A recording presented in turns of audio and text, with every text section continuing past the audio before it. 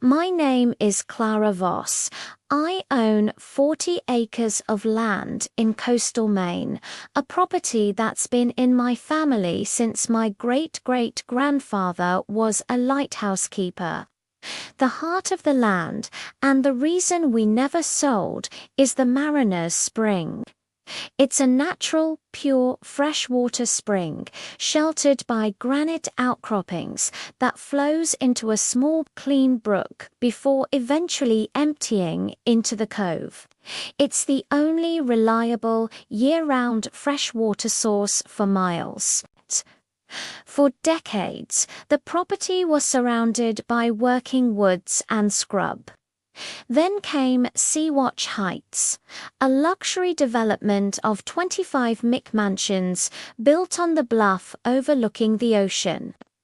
The developer, a slick firm from Boston called Atlantic Vista, promised pristine living and, crucially, high-capacity water access for their new, sprawling estates.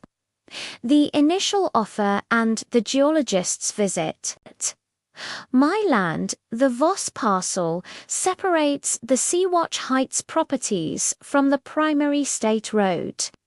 But the main conflict wasn't about road access, it was about water.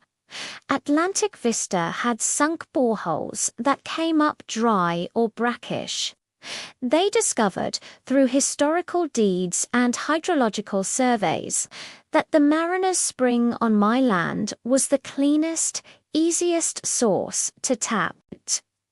The first approach was a certified letter, much like yours, offering a substantial sum $500,000 for a permanent utility easement. To run a pipe from the spring's source across my property to their development. My response was a firm, two-word refusal. The spring wasn't just water. It was the history and lifeblood of my home. Then came the geologist, a polite but insistent man with a clipboard who showed up one Tuesday with a permit to conduct a routine environmental impact study on my eastern fence line. I let him in, but I watched. He didn't study the environment. He spent 2 hours walking the banks of the Mariner's Spring, taking depth and flow readings with sophisticated equipment. I felt a cold knot form in my stomach. They weren't just looking to buy water. They were compiling data to take it. The eminent domain gambit. A month later, the inevitable arrived. A court summons. Atlantic Vista wasn't using the HOA tactic. They were going straight for the throat. Attempting to use the state's public use statute, essentially a form of private eminent domain. Their argument was threefold: public health. They claimed a lack of adequate clean water for the Sea-Watch Heights community posed a public health risk. Economic development. The investment and tax base generated by their project justified the seizure of the easement. Water rights. They argued the spring's water, being a natural resource, should be considered a public utility they could tap, provided I was compensated. It was a brilliant, predatory legal maneuver. They weren't just claiming a right-of-way, they were attempting to redefine the Mariner's Spring as a public necessity they had a legal right to acquire and exploit.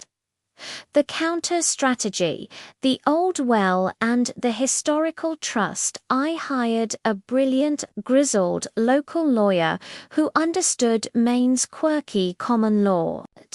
Our strategy wasn't to fight the definition of public use, but to disprove the necessity and establish a higher, pre-existing public right.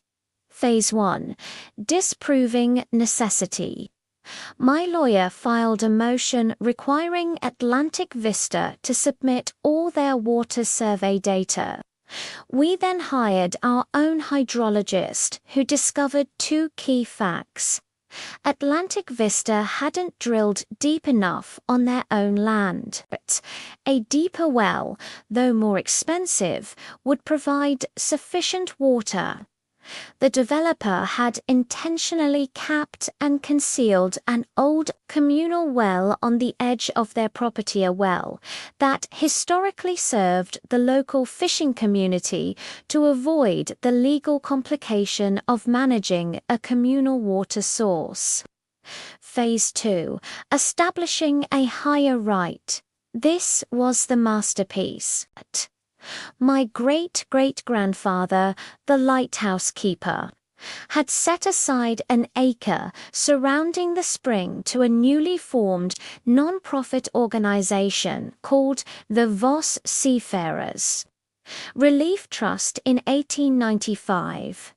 The trust's purpose was to ensure that all mariners in distress may freely draw potable water from the spring. This historical deed was recorded but largely forgotten.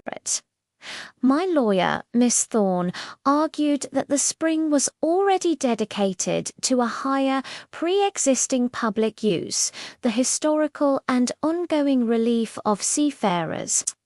She proved that the trust was still legally valid, and that allowing the developer to tap the spring for private luxury homes would illegally deplete a resource dedicated to a century-old charitable purpose. The verdict and the outcome. In court, when the developer's attorney presented their grand plans for the pipeline, Miss Thorne simply presented the 1895 deed and a copy of the town's original harbor map.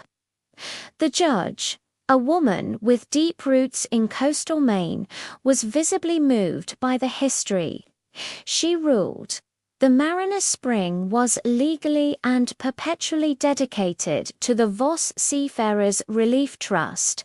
Atlantic Vista's request for a utility easement was denied with prejudice, as their proposed use for private luxury homes did not supersede the existing public charitable trust use. Furthermore, the judge ordered Atlantic Vista to uncap and restore the communal well they had concealed, citing a breach of good faith in their pursuit of the claim. The developers were forced to spend millions digging the deeper, more expensive wells on their own property.